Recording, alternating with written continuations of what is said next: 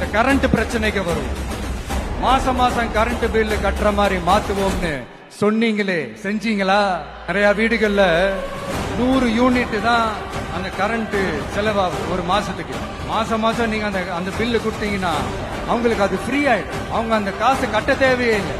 ஆனா 2 மாசத்துக்கு ஒரு வாட்டி அந்த பில்லு கொடுத்தீங்கன்னா, இப்ப சப்போஸ் அது 200 யூனிட்டுக்கு மேல போச்சுன்னா அது அவங்களுக்கு ஒரு மிகப்பெரிய சுமை தானே.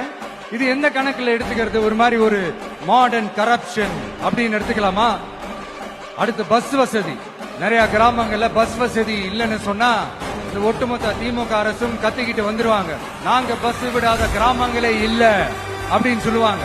அப்படியே அது உண்மை அப்படின்னா முதல்வர் அவர்கள் கிட்ட நம்ம தங்கச்சி ஒருத்தவங்க ஒரு கேள்வி கேட்டாங்களே, எங்க ஊருக்கு ஒரு மினி பஸ்ஸாவது விடுங்க சார் அப்படின்னு கேட்டாங்களே, அது எந்த கணக்குல எடுத்துக்கிறது? நிறைய மலை கிராமங்கள்ல பஸ் வசதி இல்ல, நிறைய மலை கிராமங்கள்ல ஹாஸ்பிட்டல் வசதி இல்ல. இது ரெண்டுமே எவ்வளவு முக்கியமான ஒரு விஷயங்கள்.